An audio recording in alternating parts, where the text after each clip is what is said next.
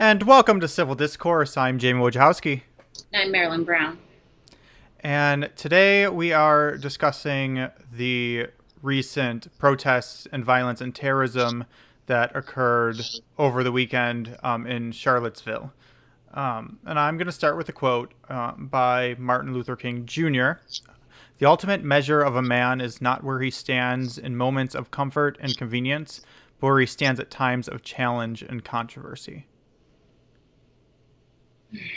Yeah. Yeah, I did write kind of a response on Facebook, but I really struggled with uh, what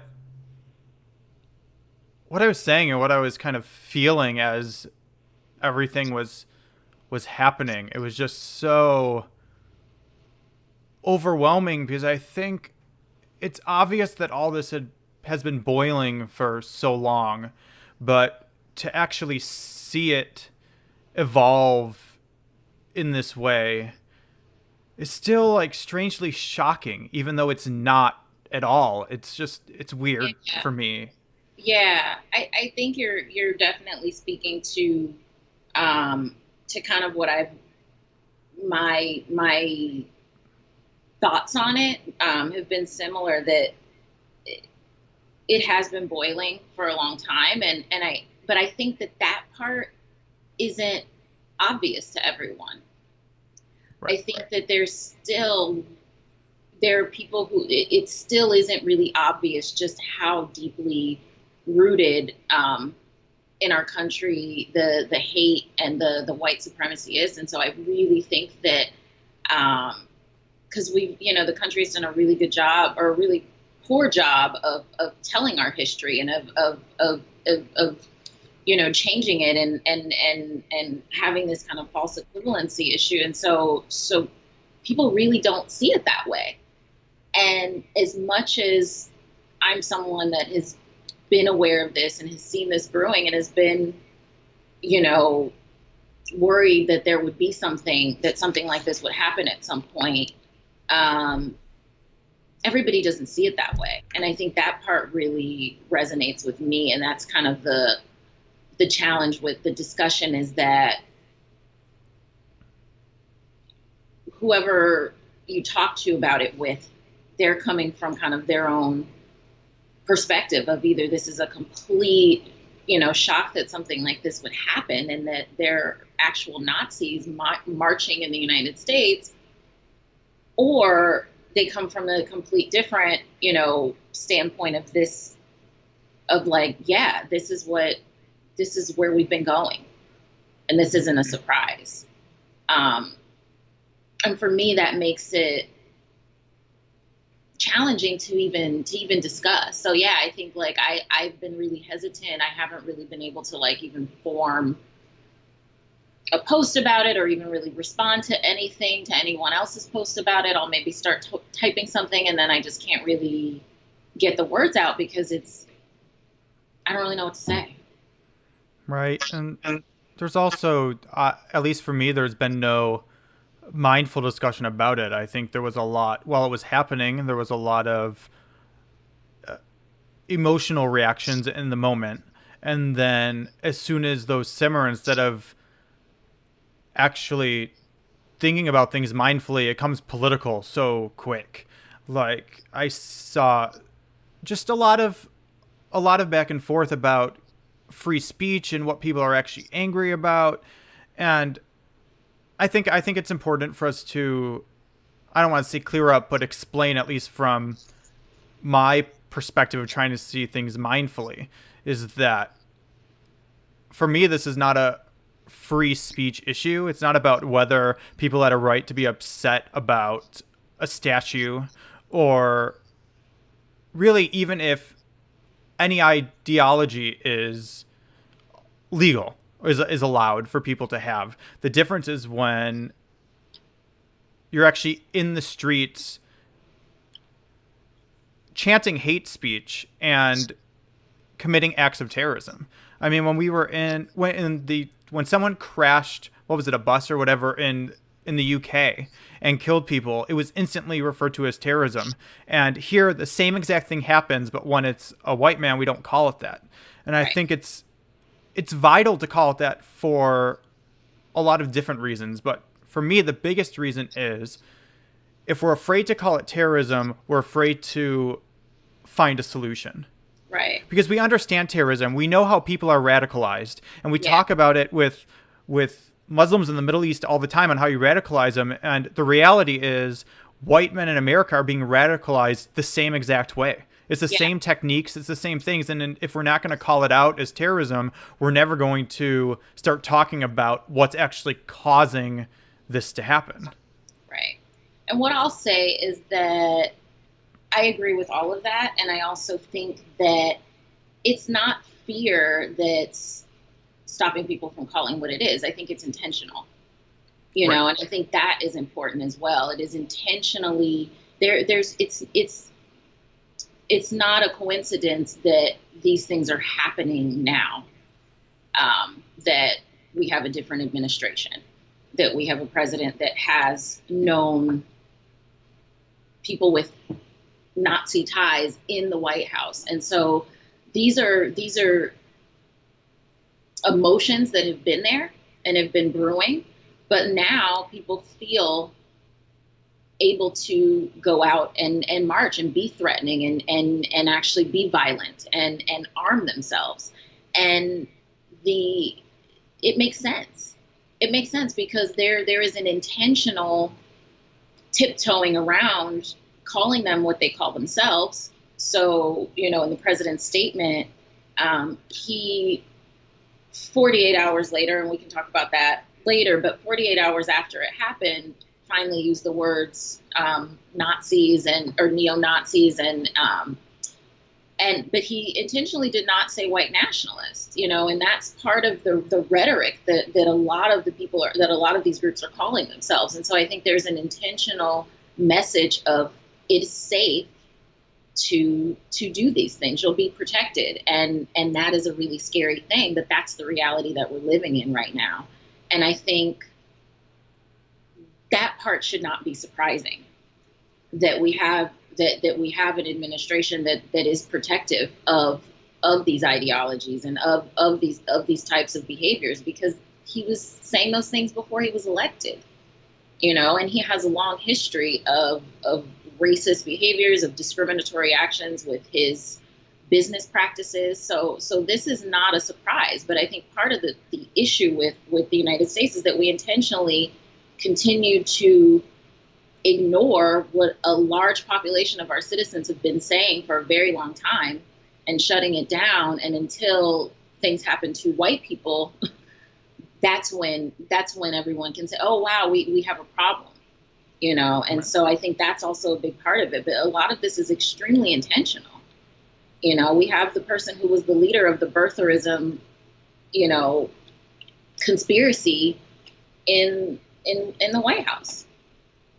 Yeah, and I think there's also a lot of hypocrisy that happens, and it always happens after events like this. And I think I've seen a lot of debate over how responsible Trump is, and I think it is important to point out exactly what we're pointing out is that Trump didn't create this. It's not like Trump ran for president and all of a sudden there were all these racists. That existed way before him. What he did is through his rhetoric, he made them feel comfortable and safe expressing views that they once knew were taboo and that they shouldn't express in public. Yes. And I think that's the big difference, because I've seen a lot of things about it just becoming political about, well, this wouldn't be happening if Hillary was in office and things like that. And it's just not true. It probably, I mean, we don't know, but I see no evidence that it wouldn't, just by Trump running and being on the presidential ticket as the Republican nominee empowered people.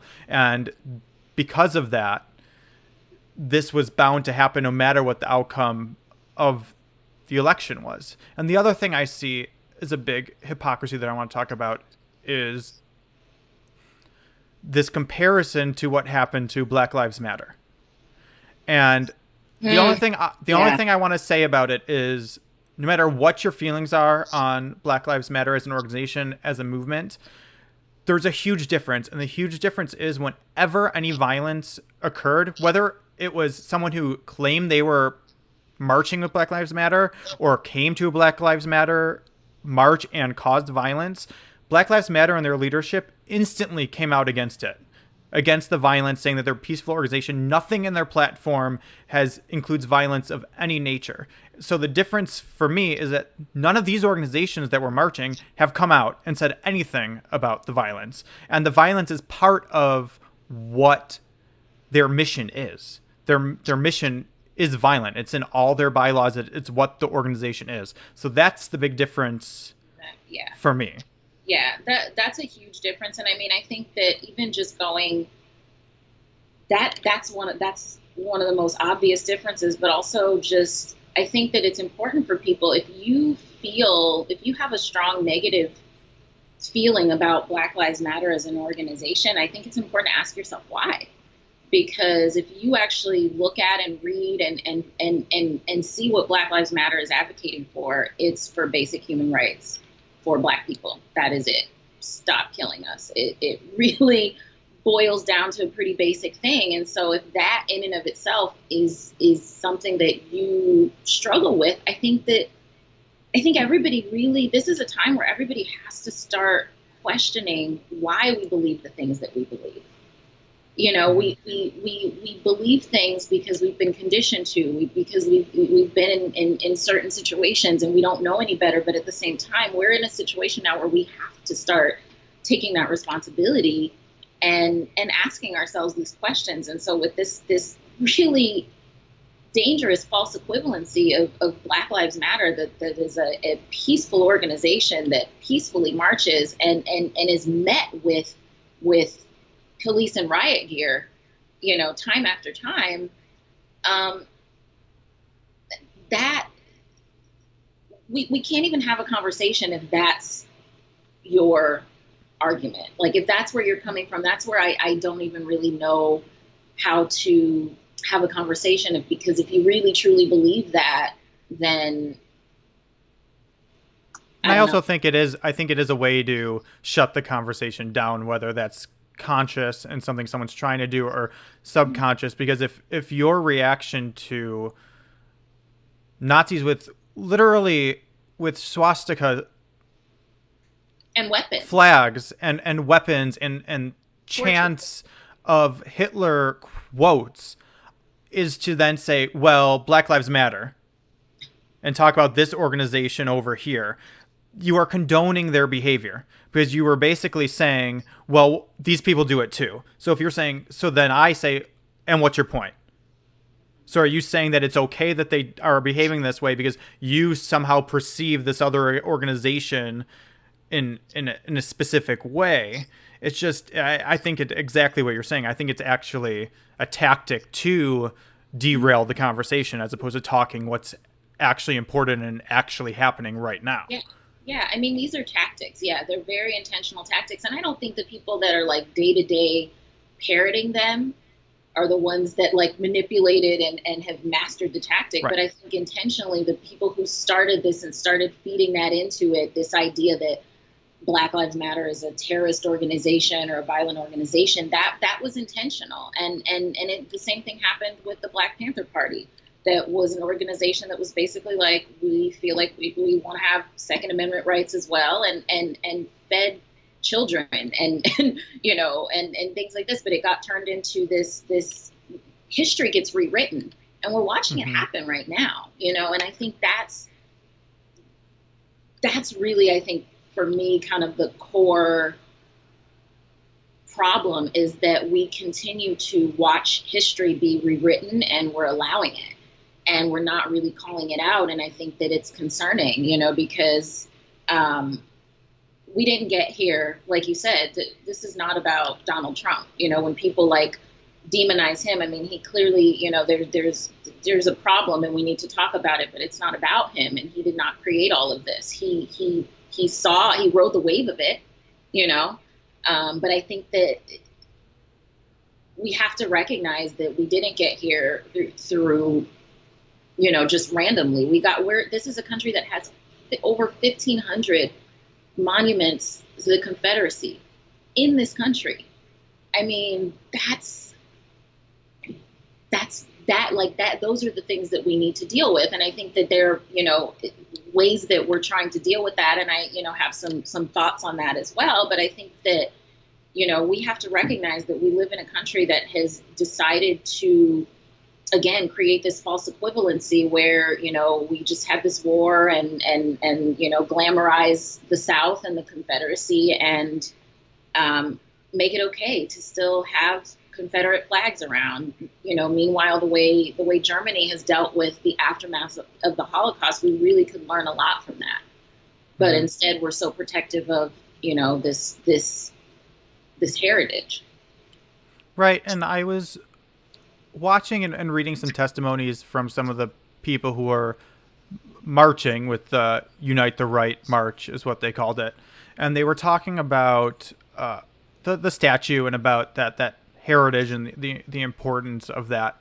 And no matter what the opinion on that is, the thing, if you're a person who considers themselves on the alt-right and that is what you actually care about, and you actually believe that you're not racist and that you believe in equality and all those things, but that you just care about the heritage, which is what these people were claiming. If I put myself in their shoes, I'd be outraged, because you're never going to be able to have the conversation about the thing you care about, because it's been radicalized. If you care about the statue, like, it's going to, now the statue has been radicalized, where now it's actually proving all the things the other side is saying of why it should be gone. Is you're proving it by showing up with torches and Nazi flags and Hitler shirts and all these things. You're just proving exactly the fear of the other side. It's interesting that it becomes, I don't know if the radicalization is like contagious in a way. Like, I don't understand it, because I'm sure there are people who are on all different levels and that aren't to the point of that they literally are Nazis who want to model the country after Germany under Hitler. Like, there has to be a range, but I feel like it overtakes them, and I don't know if it's the emotion or what it is. Well, I think it's the power of groupthink, and I think it's the power of vulnerability plus groupthink. And so people end up being radicalized for lots of different reasons, but usually it's someone who's vulnerable and feels some sort of struggle in their kind of day-to-day life, and they end up seeking belonging, seeking connection, and that's how that happens. And so I think that there are varying degrees of whether people really believe it or whether people are just kind of there or questioning it or on the fence or fully and completely true believer radicalized. And I think that there's different levels, but it doesn't really matter that much, because if there's a couple of people like the person who was radicalized and who was a clear Nazi and who went and drove into a crowd and committed murder, then it doesn't even matter if there's a few people that are kind of questioning if one person takes this violent action. But I do think that it's similar to like cult mentalities. Everybody's not necessarily at the complete, everybody's not a full true believer, but if you're in the group, you tend to go along with the group. Right. And that actually segues into, oh, go ahead. I was just going to say the internet is a group, so you don't even have to go outside and go to, a neo-Nazi meeting. You can meet with a bunch of people who have, similar views online and feel that sense of community and connection. And so I think we're in a very dangerous time where people are able to get radicalized a lot faster, and without people even really knowing necessarily what's going on. Their family, their loved ones really being able to kind of see how deep it goes, because we can spend so much time alone with strangers on the internet.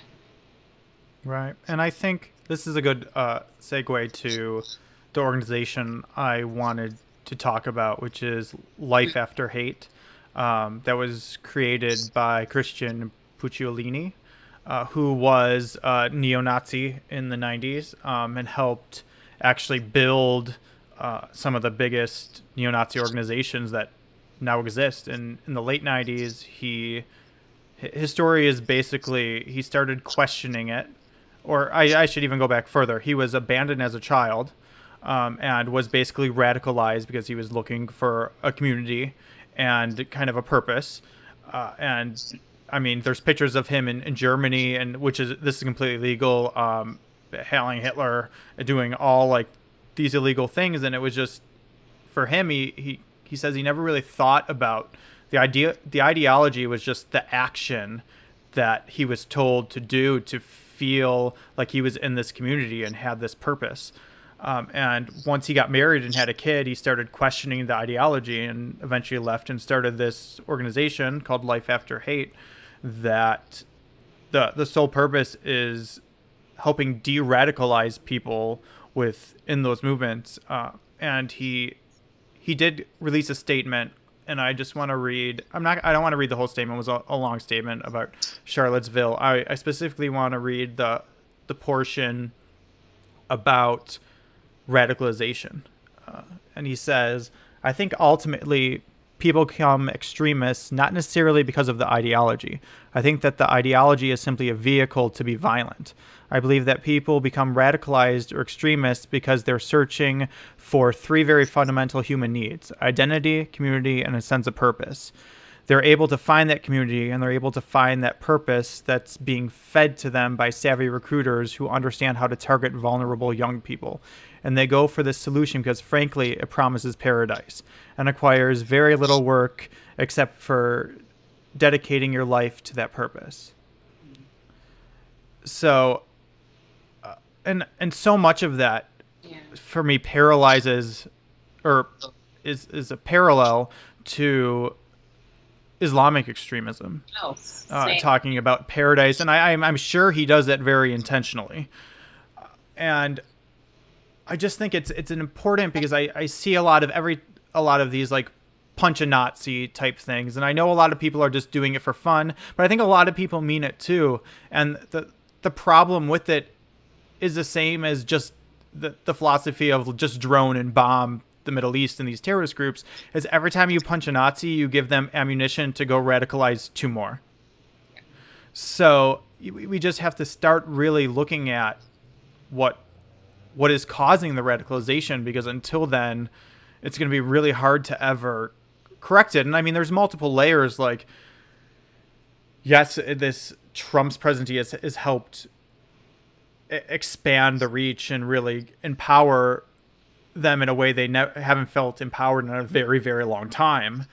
Yes. But we also really have to be focusing on the cause of it, what's creating it. And so much of it isn't based on racism. Racism's the end game and what is being fed, but it's not necessarily the underlying cause of why people are radicalized.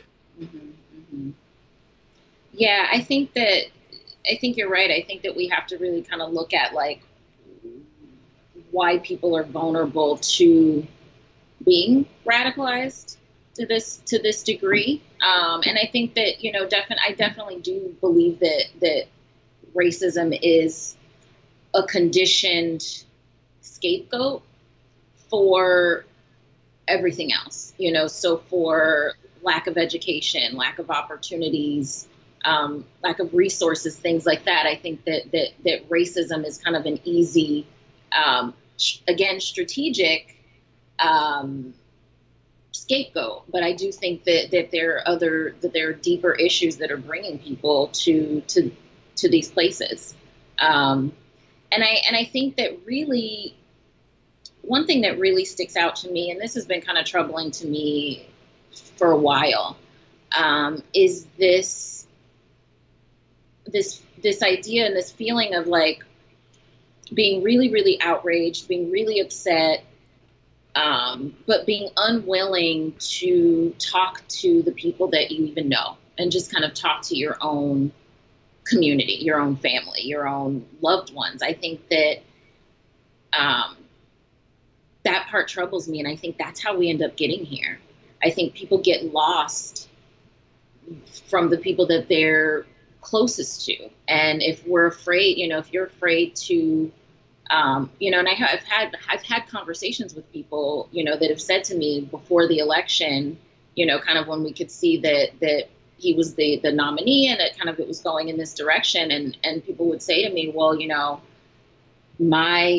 my son is really, really a real hardcore Trump supporter and is really racist. And I don't know how he got that way, but that's my own kid, and maybe it's the neighborhood or whatever. But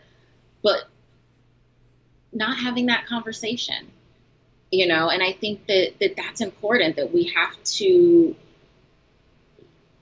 find a way to do that, and to, rather than kind of looking for these big, grand ways to contribute. And I don't think that those big ways are also not helpful and not important, but I think that like even just having a conversation with a loved one and talking to them about this is really how we affect change. And so that's something that really kind of sticks out to me as an important part of the conversation that needs to happen. Because again, we want to talk politics and we want to talk, us versus them, and be very, well, this is really bad, and continue to denounce it and to denounce the violence. And I think that's great, but there's another part that has to happen, because I think again we're very quick to say it's not me, I'm not doing this, but that can't be that's not the important issue, because it's still happening. Yeah, and I think that goes back to the quote at the beginning. I think the measure of the man being how he stands in times of challenge and controversy is that same thing, is just uncomfortable, and a lot of people don't want to be that uncomfortable and sit in that. And it's the problem with that is when you are afraid of that and you run away from that and you remain silent, it's never helpful to those being oppressed. It's only helpful to the oppressor, which is also a Martin Luther King Jr. quote. So I think that's important. I think the other struggle is whenever anything like this happens, it becomes political so quickly, and politics in most of the world, but very strongly in our country, is a form of radicalization, in my opinion, because people get radicalized so quickly. And I see that now of people who still can't come out against Trump and say this is wrong when he does this. And it's a type of extremism, because when we have our leaders, we should be able to criticize our leaders and say, I support my leader here and I don't support them when they do this, because you're never going to have a leader that you agree with all the time. Our leaders are human. They have their opinions. We have ours. I see this on both sides of the aisle. We saw it with every candidate in the election. It's this idea, and I think we've talked about this before. I think it stems from multiple things of people looking at it from sides, and they don't want their sides to lose ground, so they're not willing to say anything negative about anyone that they perceive as on their side. But we just really hurt ourselves a lot more and become very radicalized. And the more radicalized we become in politics, the less we're ever going to get done. And that's what the establishment wants. They want us to be radicalized, because then we're constantly fighting amongst ourselves and not actually challenging them in any meaningful way. Right. And I think, and that's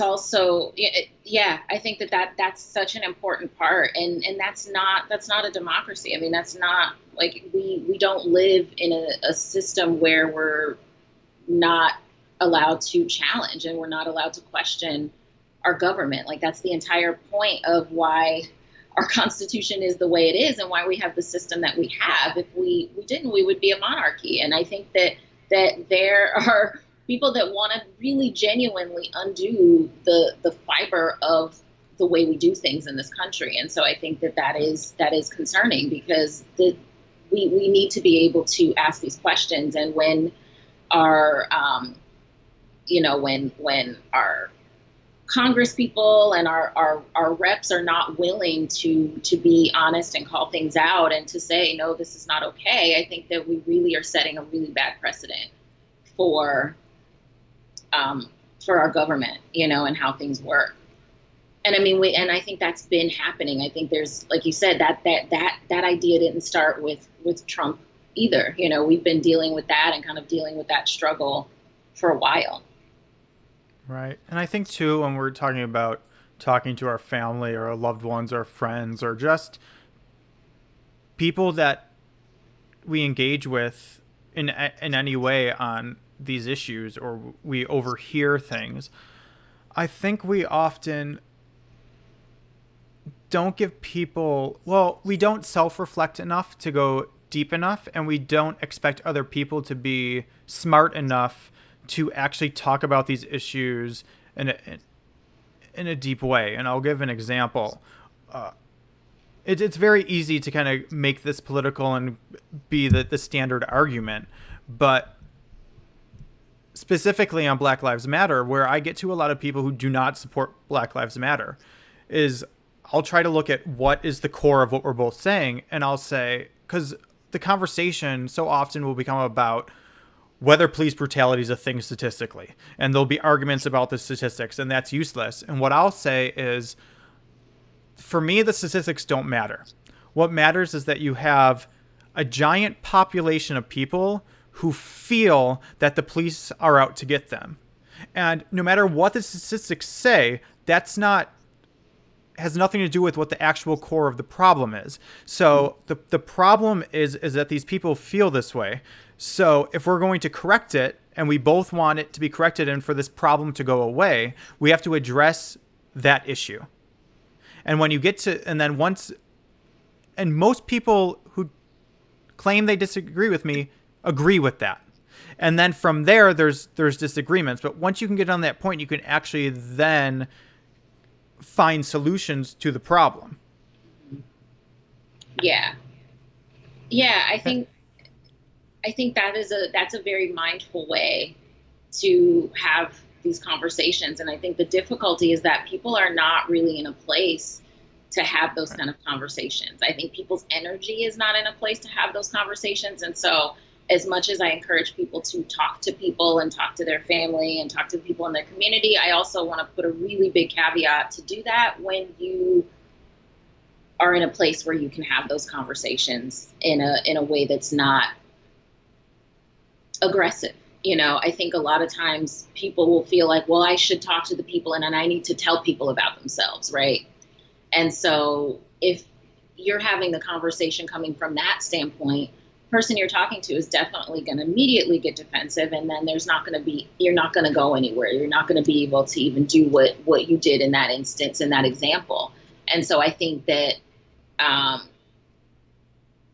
but I think that takes, I don't think it takes a lot, but I think it takes being in a certain place to do that. And a lot of times people are coming to these conversations out of already being frustrated or, already being upset. And so I think that, finding a way to kind of cleanse your own energy and manage and feel like you're in a place where you can have a conversation about it before you do that is important, because you have to be willing to listen.